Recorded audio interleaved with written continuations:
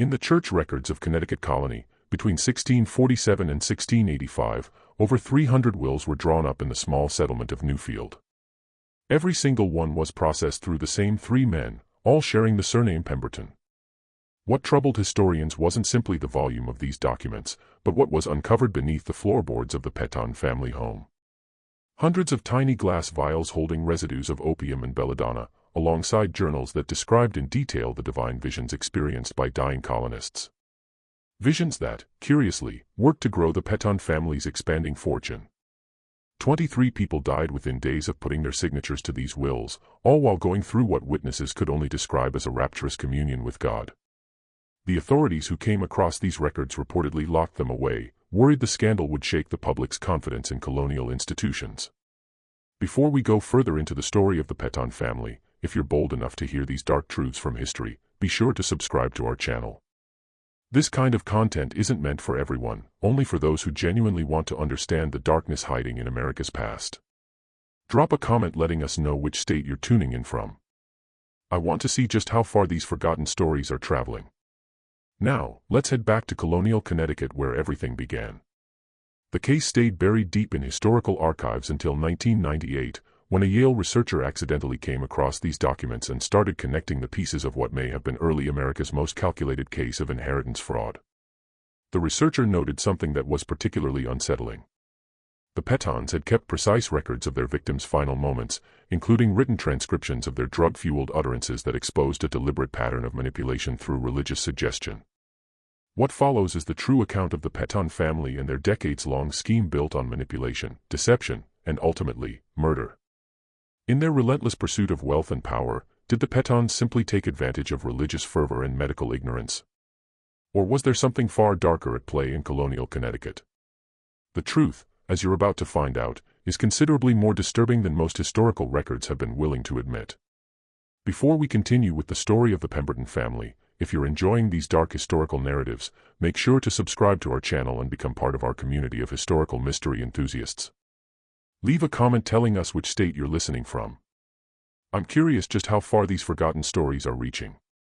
Now, let's return to colonial Connecticut where our story picks up. The year was 1647, and the settlement of Newfield was still carving out its identity among the growing townships of Connecticut Colony. Like so many New England communities, it had been founded by those in search of religious freedom, strict Puritans who had separated from more established settlements, convinced they had already grown too lenient in their worship. The small township, tucked between thick forests and rocky hillsides, was home to fewer than 60 families, most occupying simple wooden homes gathered around a central meeting house that functioned as both church and seat of government. Winters in colonial Connecticut were always unforgiving, and the winter of 1647 had been especially merciless. Food supplies ran thin, and sickness moved quickly through the tightly packed settlement. It was during this desperate stretch that three brothers made their way into Newfield, having traveled from Massachusetts Bay Colony. The Pemberton brothers, Obadiah, Jeremiah, and Cornelius, arrived carrying letters of introduction and recommendation that immediately positioned them as men of considerable standing.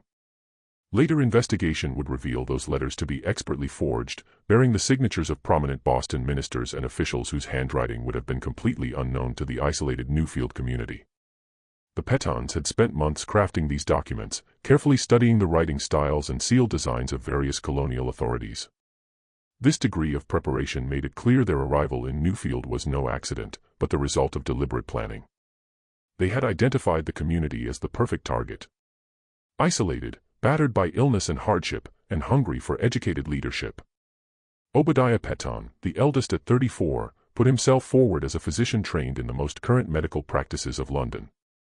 With his grave manner, neatly trimmed beard, and the black leather case of medical instruments he carried at his side, he quickly became indispensable to the ailing community. In those early days of colonial medicine, a formally trained physician was an extraordinary rarity, and the settlers of Newfield regarded his arrival as nothing short of a gift from Providence. Jeremiah Pemberton, the middle brother at 32, came as a minister who had studied at Cambridge before crossing to the New World. Tall and gaunt, with penetrating eyes that seemed to look through a person rather than at them, Reverend Pemberton spoke with quiet authority on matters of scripture and salvation.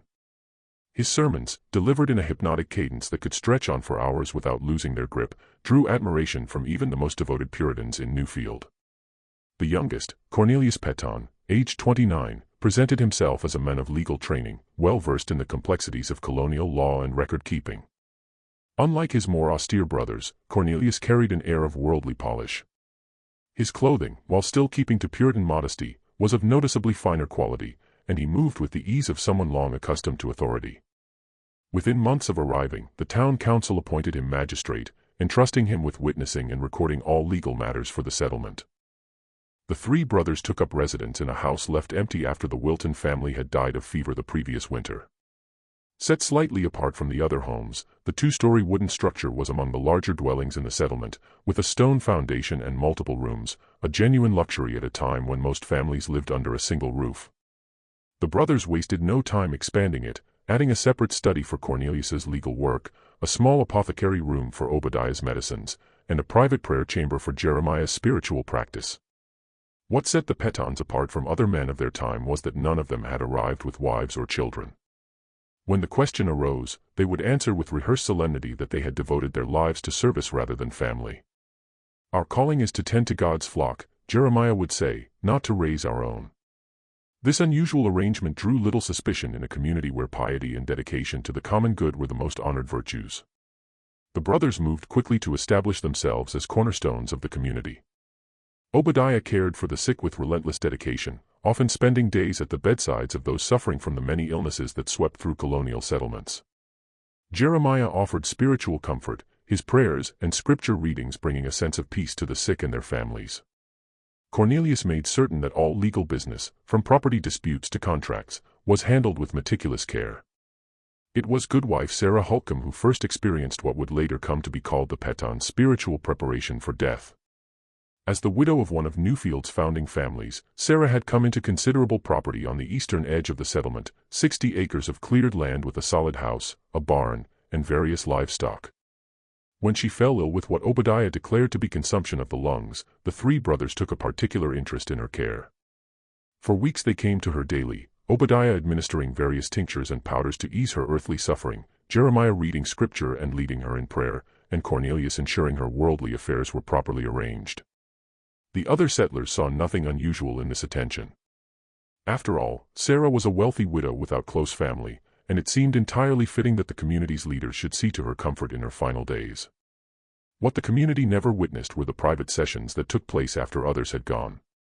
According to the journal later found in the Petton home, Sarah Holcomb was the first to receive what Obadiah called the elixir of divine sight, a brownish liquid given in carefully increasing doses that sent her into states of delirium which the brothers described to everyone else as spiritual rapture. The journal contains deeply unsettling detail about their methods.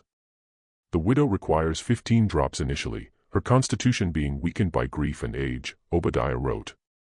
Jeremiah shall introduce the concept of divine guidance regarding her property.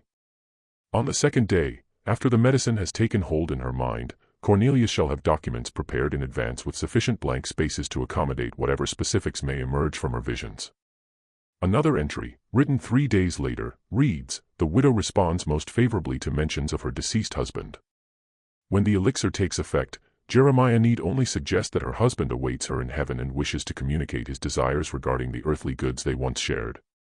She becomes most pliable when shown the family Bible during these episodes.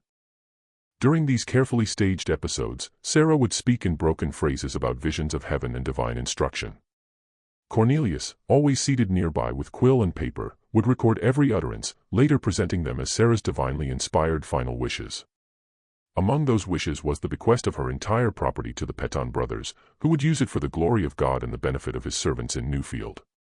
When Sarah Holcomb died on December 14, 1647, the whole settlement turned out for her funeral. Jeremiah delivered a deeply moving eulogy, speaking at length about Sarah's generosity and spiritual wisdom. Cornelius read aloud the will he had prepared, explaining to the assembled mourners that Sarah had been blessed with divine visions in her final days, during which she had received clear instruction on how her earthly goods were to be distributed. In a community where divine revelation was not merely believed possible but expected among the truly faithful, no one thought to question the unusual circumstances of Sarah's will. Many, in fact, saw it as confirmation of the Petton's special standing with God. For who else would a dying woman trust with a divine mission? With the acquisition of the Holcomb property, the Pettons began carefully building what they presented as a ministry of preparation, a special service for those facing the end of life. As word spread of Sarah's peaceful passing and her spiritual visions, other families began requesting the brothers' presence when loved ones fell ill. Each time, the pattern repeated itself. Obadiah would diagnose the ailment and administer his medicines. Jeremiah would provide spiritual counsel. Cornelius would ensure legal matters were in order. And each time, as death drew near, the brothers would administer their secret elixir, document the resulting divine visions, and walk away with signed evidence of the dying person's wish to contribute to the Petons' increasingly prosperous ministry. By spring of 1650, the Petons had taken possession of 4 additional properties and established themselves as the wealthiest family in Newfield. They brought in laborers to work the land they had accumulated, built a larger home for themselves near the main meeting house, and began wielding growing influence over the governance of the settlement. Their expanding wealth attracted little attention. After all, they lived modestly despite their means, maintained their devoted service to the community, and spoke frequently of plans to build a proper church and school with their resources. The Pembertons were deliberate in cultivating a reputation for piety and generosity. They donated a share of their harvests to families in need, set up a small charity to provide medicines to the poor, and funded improvements to the meeting house.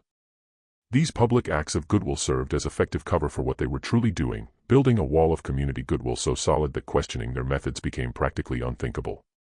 They were particularly skillful at managing suspicion.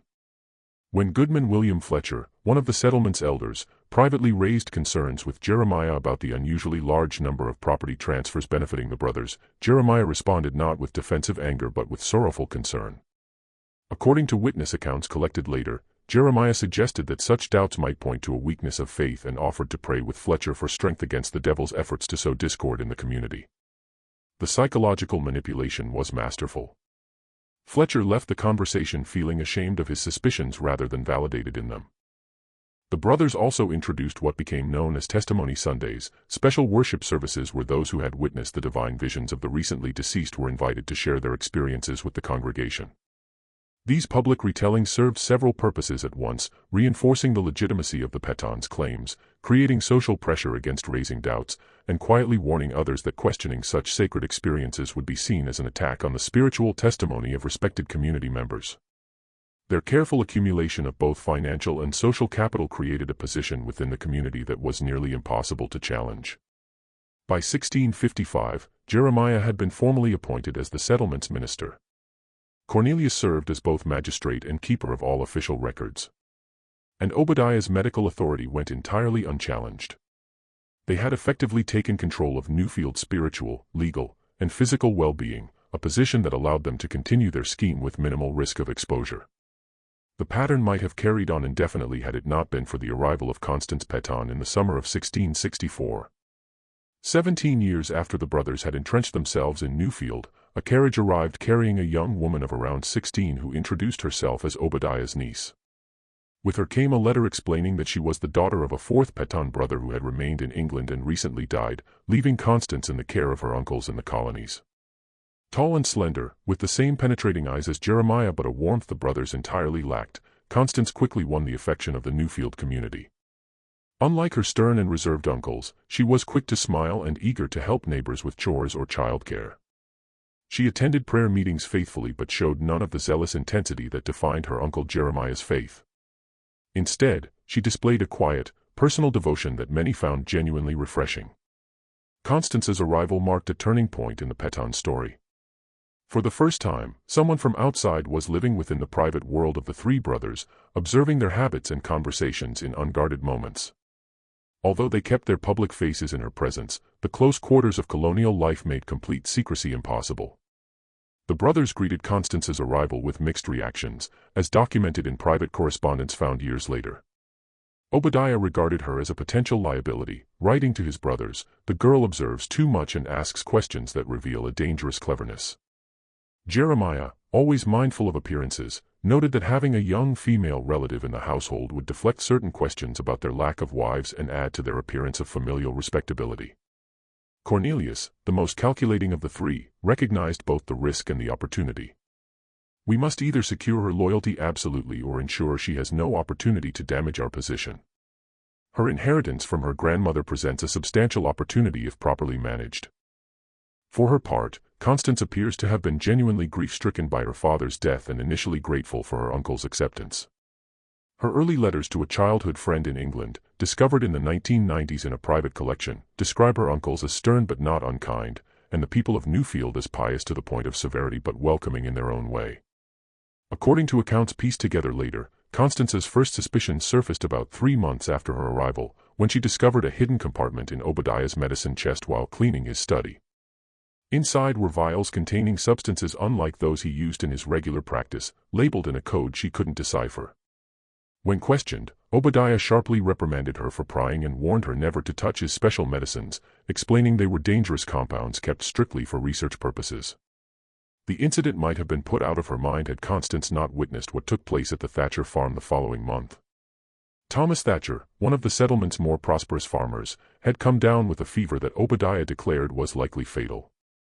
As had now become customary, the 3 brothers attended to him in his final days. Constance, who had come along to help care for the Thatcher children, watched through a partially open door as Obadiah administered a dark liquid that bore no resemblance to his regular medicines. Within an hour, Thomas Thatcher began speaking in broken sentences about angels and divine messengers, his eyes wide but unfocused. Cornelius, seated beside the bed with paper and quill, recorded every word, occasionally steering the conversation with pointed questions. "And does the Lord show you who should tend to your northern fields, Thomas? Or has he revealed who should receive the mill you built last spring?" Disturbed by what she had seen but uncertain of its full meaning, Constance began paying much closer attention to her uncle's activities.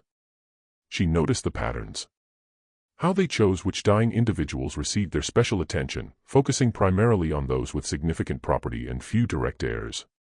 How Obadiah would carefully calibrate the dosage of his spiritual elixir based on each subject's size and constitution. How Jeremiah would frame the resulting delirious ramblings through a spiritual lens. And how Cornelius would translate those interpretations into legally binding documents. Despite her growing suspicions, Constance stayed silent. As an orphaned young woman in colonial New England, her position was fragile. Her uncles provided her with shelter, food, and a respected place in the community. Speaking out against them, particularly without solid evidence, would not only put her security at risk but would likely be dismissed as feminine hysteria or worse, as a sign of a troubled spirit in need of correction. Instead, she launched her own quiet investigation, recording dates and names in a small journal she kept hidden beneath a loose floorboard in her room. She volunteered to help Cornelius organize his papers, which gave her access to the growing collection of wills and property transfers that had benefited her uncles over the years. She assisted Obadiah in his apothecary, learning to identify the preparations he made only for certain patients. And she listened carefully during Jeremiah's private conversations, gathering fragments of information about their methods and intentions. The turning point came in the winter of 1665, 18 months after her arrival in Newfield. A heavy snowstorm had kept the household confined for several days, and the brothers had gone out in response to an urgent call to a dying elder despite the weather, leaving Constance alone in the house. Seizing the opportunity, she carried out a thorough search of the home, focusing on the areas the brothers kept locked away. In the cellar, behind a false wall concealed by stacked firewood, Constance discovered a hidden room containing the full evidence of her uncle's activities. One wall was lined with shelves of vials and jars holding various substances. Another held stacks of journals dating back to their very first year in Newfield, documenting in clinical detail the treatments administered to dozens of dying colonists and the resulting visions that had built the Pemberton brothers' fortune. The hidden chamber revealed a laboratory far more sophisticated than anything that had any business existing in colonial New England. Glass distillation equipment, botanical specimens preserved in alcohol, and carefully labeled containers of raw materials made clear that Obadiah's medical knowledge went well beyond the basic practices of a frontier physician. Among the equipment were several items that later historians would identify as having been stolen from university collections in England, suggesting the Pemberton's criminal activities had begun long before they ever set foot in the colonies. Most disturbing to Constance must have been the cabinet containing personal belongings of previous victims. Locks of hair, scraps of clothing, personal jewelry, and other small items, each carefully labeled with a name and date. These were not merely trophies. According to Obadiah's notes, they were materials used to create personalized treatments that would align with each victim's bodily humors. The degree of calculated predation revealed by this collection points to a psychological detachment that goes far beyond simple greed. But the most damning discovery of all was a ledger written in Cornelius's precise handwriting, listing properties acquired, their estimated values, and calculations of the total wealth accumulated through their scheme. The final page contained an entry that stopped Constance cold. CP inheritance from maternal grandmother to be secured upon her 18th year. The initials were her own, and with a jolt of horrifying clarity, she understood that she herself was meant to be their next victim. The deep snow and her uncle's absence gave Constance precious time to think through her options. She carefully copied key pieces of evidence into her journal, put everything back exactly as she had found it, and formed a plan for escape. According to her journal, she intended to flee to Hartford at the first opportunity, bringing her evidence directly to the colonial authorities there. But the winter of 1665 to 1666 turned out to be one of the harshest on record in New England. Snow kept falling for weeks, making travel impossible. By the time paths were passable again, Constance had witnessed several more deathbed ministrations and gathered additional evidence of her uncle's methods. She had also noticed a subtle but unmistakable shift in their behavior toward her. More questions about her health. Conversations about her future. Comments about her maternal grandmother's estate that was waiting for her upon reaching adulthood. Most alarming was finding Obadiah one evening examining her personal belongings, including the hairbrush and drinking cup she used every day. When questioned, he explained with practiced concern that he feared she might be showing early signs of the same melancholy that had taken her father and wanted to prepare preventative treatments. The explanation only deepened her determination to get out. According to entries in her journal, Constance had fixed on April 15, 1666 as the date of her departure, when a merchant convoy would be passing through Newfield on its way to Hartford. She had carefully gathered her evidence, secured a small amount of money through the sale of embroidery work, and prepared a bundle of essential belongings. The night before her planned escape, she wrote a final entry. I fear they suspect. Uncle O prepared a special tea this evening, insisting it would help me sleep. I pretended to drink, but disposed of it when unobserved. If I do not reach Hartford, let whoever finds this journal know that the Pemberton brothers have enriched themselves through wickedness, and that I fear I am their next intended victim. What happened the following day has been reconstructed from various accounts. Constance was spotted early in the morning near the village center, presumably waiting for the merchant convoy. Jeremiah Pemberton found her there and, according to witnesses, drew her into an earnest conversation before guiding her back in the direction of their home. By midday, Obadiah was calling on neighbors to help search for his niece, claiming she had wandered off in a state of confusion brought on by fever. Several witnesses later recalled that Constance had appeared completely lucid during her brief appearance in the village square. Martha Gower, the blacksmith's wife, reported that Constance had asked about the expected arrival time of the merchants and had seemed clear-eyed and steady of voice, directly contradicting Obadiah's claim that she had been feverish and disoriented that morning. John Pratt, a village elder who encountered Constance while she was with Jeremiah, later stated that while she had seemed troubled in spirit, there was no sign whatsoever of physical illness. He recalled with particular clarity that when he asked if she was well, Jeremiah had quickly answered on her behalf, saying that the girl suffered from womanly humors that affected her reason. The brothers organized the search parties with calculated efficiency, directing different groups toward areas far from their property, while Cornelius stayed behind at the house to receive word of any sightings. This arrangement ensured that for several critical hours, no one approached the Pemberton home except the brothers themselves. What took place during that time remains a matter of speculation, but entries in Obadiah's medical journal, recovered later, suggest that Constance had been forcibly administered the same elixir used on their other victims, though at a far higher dosage, one intended to be fatal rather than merely disorienting. The search went on for 3 days before Constance's body was discovered in the woods nearly a mile from the Pemberton home. Obadiah announced that she had succumbed to the same melancholy that had claimed her father, wandering into the wilderness in her delirium despite his efforts to treat her condition. Jeremiah led the community in a solemn funeral, speaking movingly about the tragedy of a young life cut short and the mysterious workings of divine providence. The matter might have ended there, one more tragic death in an era when early mortality was commonplace, had it not been for goodwife Rebecca Wilson, who had been helping with domestic duties in the Pemberton household. While cleaning Constance's room after the funeral, Rebecca discovered the loose floorboard and the journal hidden beneath it. Unable to read herself, she brought it to her husband, one of the few men in the settlement with any real education. Thomas Wilson read enough to be gravely disturbed, and despite the considerable risk to himself, chose to act. Rather than confront the Pembertons directly, he made a copy of the journal and sent it with a trusted traveler heading to Hartford, addressed to the colonial authorities there. His caution proved well-founded. 2 weeks later, Thomas Wilson fell suddenly ill after dining at the Pemberton home, where he had been invited to discuss a legal matter.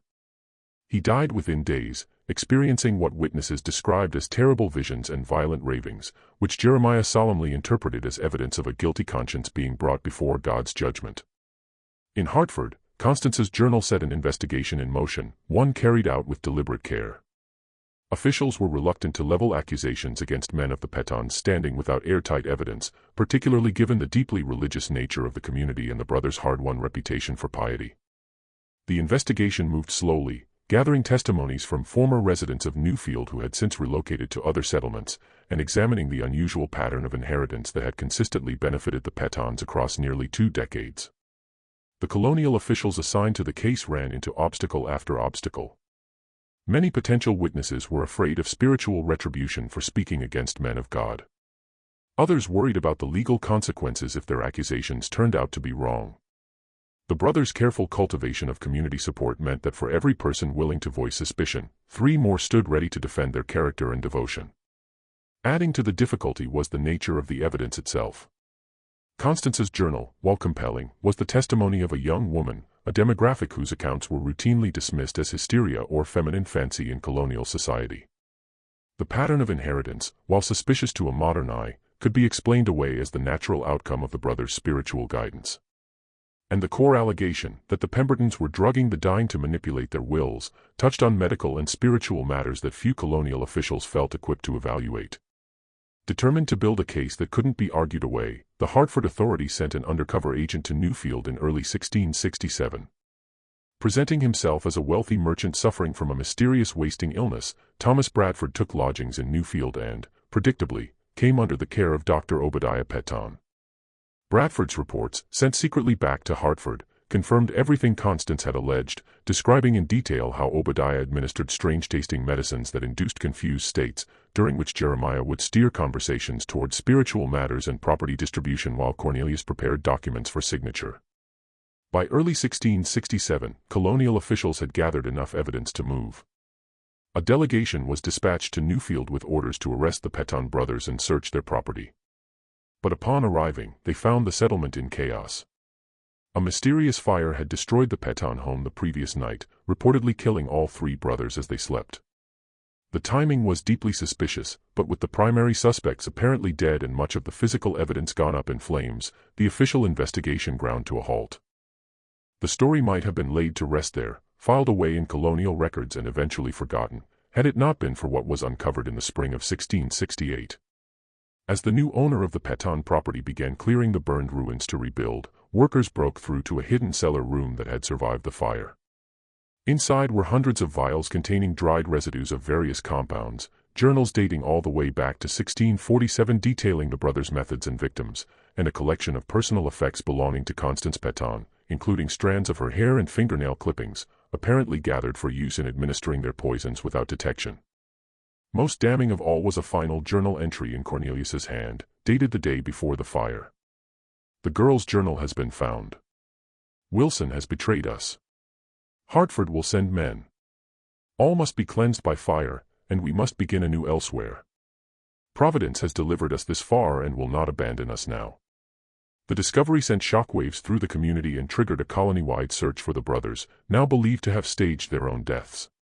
Records from that period show heightened vigilance at ports and along colonial roads, with descriptions of the Pembertons circulated throughout New England. But despite these efforts, no confirmed sighting of the brothers was ever recorded. The true fate of the Pemberton brothers remains one of colonial America's enduring unsolved mysteries. Some historical accounts suggest they may have fled to the southern colonies or even returned to England under assumed names. Others offer more straightforward explanations, that they did in fact die in the fire, perhaps accidentally while trying to destroy evidence, or that they were quietly captured and executed without any public record to avoid a scandal that might shake religious authority across the colonies. Colonial records from Virginia offer a tantalizing thread. In 1670, 3 brothers named Preston established themselves in Jamestown, opening an apothecary, a legal practice, and a small chapel respectively. Descriptions of these men closely matched the approximate ages and appearances of the Pembertons. More tellingly, Their arrival coincided with a series of deaths among wealthy colonists who reportedly experienced divine visions before signing revised wills. When authorities began looking into these deaths in 1673, the Prestons vanished overnight, leaving behind a hidden room containing equipment strikingly similar to that described in the Newfield investigation. Parish records from Bristol, England, similarly document the arrival of three middle-aged brothers named Penworth in 1675, men who claimed to have returned from the colonies with substantial wealth. They established themselves quickly in Bristol society, one becoming a respected physician, another joining the clergy, and the third practicing law.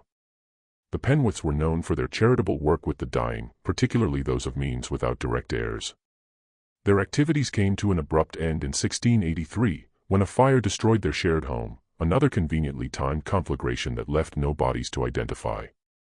Whether these were the same men operating under different names remains speculation, but the pattern of behavior, the complementary skills, and the repeated convenient disappearances suggest the possibility that the Pembertons went on running their scheme for decades after fleeing Newfield, adapting and refining their methods across different jurisdictions.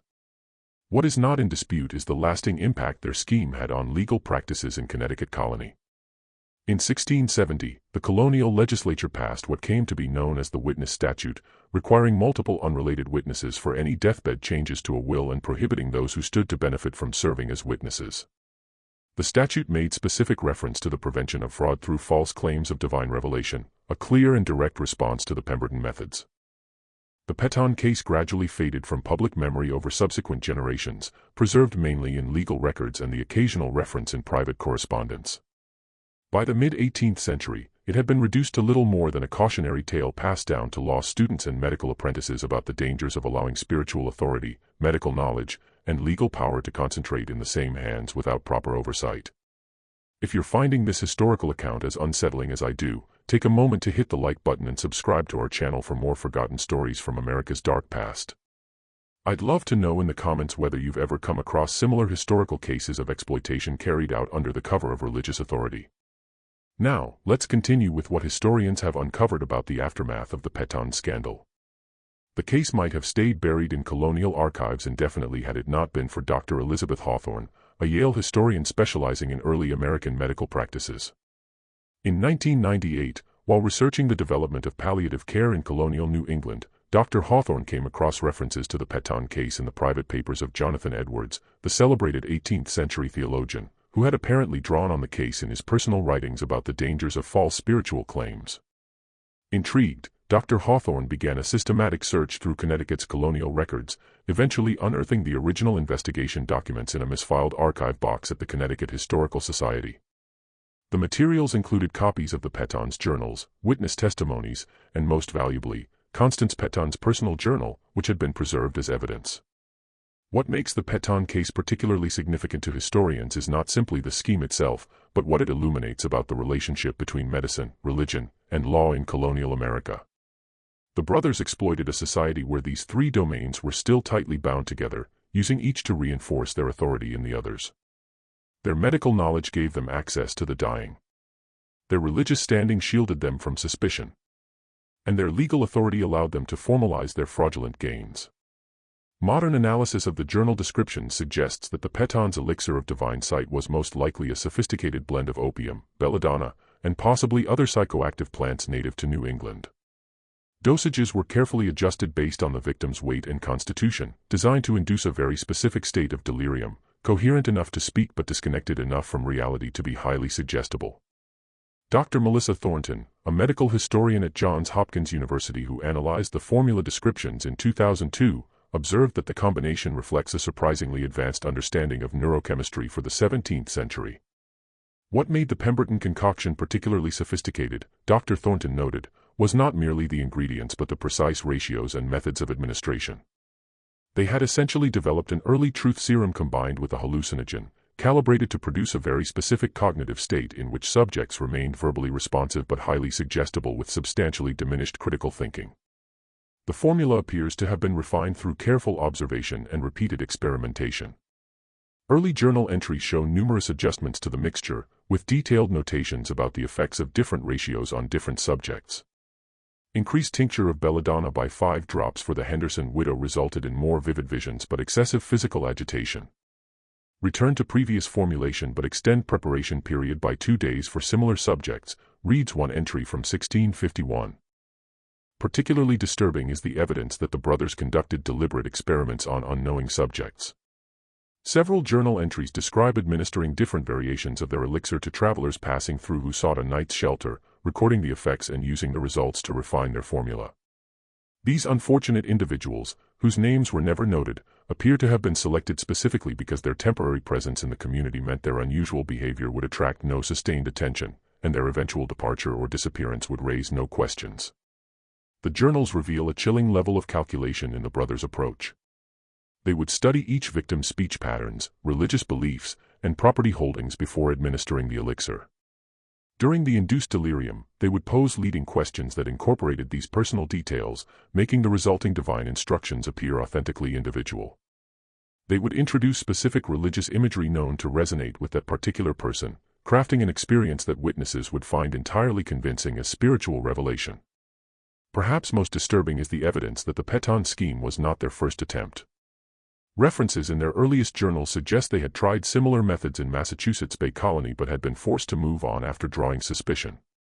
This pattern of deliberate movement and adaptation points to a level of premeditation that goes well beyond opportunism, suggesting instead a carefully engineered criminal enterprise running beneath the surface of religious service. The case of the Pemberton brothers stands as a dark reminder of how authority, particularly when dressed in the garments of religion, can be turned to personal gain. In a society where questioning a religious experience was itself considered potentially sinful, the brothers constructed a nearly perfect system of exploitation, targeting the most vulnerable members of their community at their most unguarded moments. The historical record falls silent on the Pembertons after 1668, but local legends across various New England communities suggest the brothers may have carried on under different identities. A similar case was documented in Rhode Island in 1682, involving 3 brothers named Preston who attended the dying with remarkably familiar methods.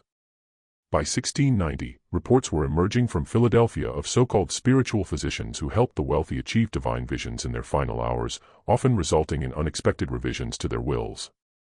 Whether these were the Pembertons operating under new names or merely copycat schemes inspired by rumors of their success remains unknown. What is clear is that their methods created a template that others could follow, exploiting the same vulnerabilities in colonial society. The most affecting dimension of the Pemberton case remains the fate of Constance. Historical records confirm that she did indeed stand to inherit a substantial estate from her maternal grandmother upon turning 18, property in England worth considerably more than everything the Pembertons had accumulated through their years of fraud. The brothers' plan, laid out in detail in their private journals, was to begin administering small, undetectable doses of their compounds to Constance months before her 18th birthday, gradually increasing the amount until she experienced a spiritual revelation directing her to sign over her inheritance to them, followed by a fatal overdose that would pass as natural illness. Constance's discovery of their scheme and her desperate attempt to escape represents one of history's great what-ifs. Had she reached Hartford with her evidence, the Pembertons might have been stopped years earlier, sparing numerous victims from their predation. Instead, her death became yet another entry in the brothers' long accounting of crimes, distinguished only by the fact that it ultimately led to their exposure. In the century since, the Pemberton case has been cited in legal scholarship as one of the earliest documented instances of systematic inheritance fraud in American history. It has been studied by medical historians for its early example of pharmaceutical manipulation deployed for criminal purposes. And for religious scholars, it stands as an enduring cautionary tale about the dangers of unquestioning faith in spiritual authority. The site where the Pemberton home once stood remains undeveloped to this day, part of a protected historical area in what is now the town of Newfield, Connecticut. Local residents still speak of strange dreams experienced by those who spend too long near the foundation stones that are all that remain of the original structure. Whether these stories reflect the psychological weight of knowing the site's history or something more mysterious remains, like so much about the Pemberton case, open to personal interpretation. What we can say with certainty is that between 1647 and 1667, 3 brothers systematically preyed upon the faith, fear, and vulnerability of a colonial community, amassing wealth and power through a meticulously orchestrated fraud that claimed dozens of victims. Their methods combined scientific knowledge, religious manipulation, and legal control in ways that were centuries ahead of their time in terms of criminal sophistication. As you take in this account, you might find yourself asking how such a scheme could have succeeded for so long without being uncovered. The answer lies in the perfect storm of conditions the Pembertons exploited. A society where questioning a religious experience was itself regarded with suspicion. Where medical knowledge was limited and largely unregulated. Where legal documentation was rudimentary and concentrated in very few hands. And where community trust was essential for survival, making people deeply reluctant to voice doubts about respected figures. In many ways, the story of the Pemberton brothers holds up a mirror to our own vulnerabilities, to those who would exploit our deepest beliefs and fears. The specific circumstances may differ across centuries, but the human tendencies they manipulated remain unchanged. Our fear of death. Our hope for divine favor. Our trust in authority. And our reluctance to question those who speak in the name of something greater than ourselves. If this dark chapter of history has sent a chill down your spine, take a moment to share it with someone who appreciates a genuine historical mystery. Hit the like button to help others discover this forgotten corner of American history, and subscribe so you never miss our explorations of the shadows lurking in our past. Do you believe the Pemberton brothers truly died in that fire? Or do you think they slipped away to continue their scheme somewhere else? Leave your theories in the comments below. The true power of the Pemberton case lies not in its sensationalism but in its plausibility. In the unsettling recognition that such calculated exploitation did happen, and perhaps continues to happen in different forms wherever authority goes unquestioned and unaccountable. Their story reminds us that sometimes the most terrifying figures are not supernatural beings but ordinary people who have learned to turn our deepest convictions against us. As a final note, Dr. Hawthorne's research continues at Yale, where she and her team are working to compile a complete record of the Pemberton's victims and trace any surviving family lines. Their goal is not only historical documentation but a form of long overdue acknowledgement, recognizing the wrongs committed against these forgotten colonists and returning their stories to our collective memory. The next time you pass an old church or a colonial-era cemetery, perhaps you'll pause to wonder about the stories lying beneath the surface, not just of faith and community, but of those who may have exploited both for their own purposes. For in the shadows of even our most sacred institutions, predators have always found ways to operate, counting on our unwillingness to believe that evil can wear the face of respectability and speak the language of our deepest convictions.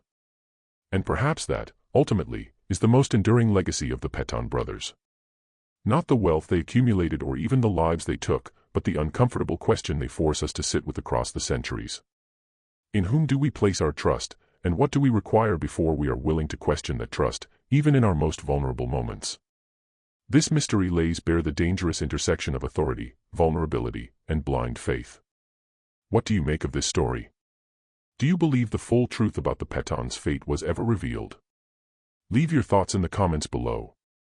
If you enjoyed this and want more stories like it, subscribe, hit the notification bell, and share it with someone who loves a good mystery. See you in the next one.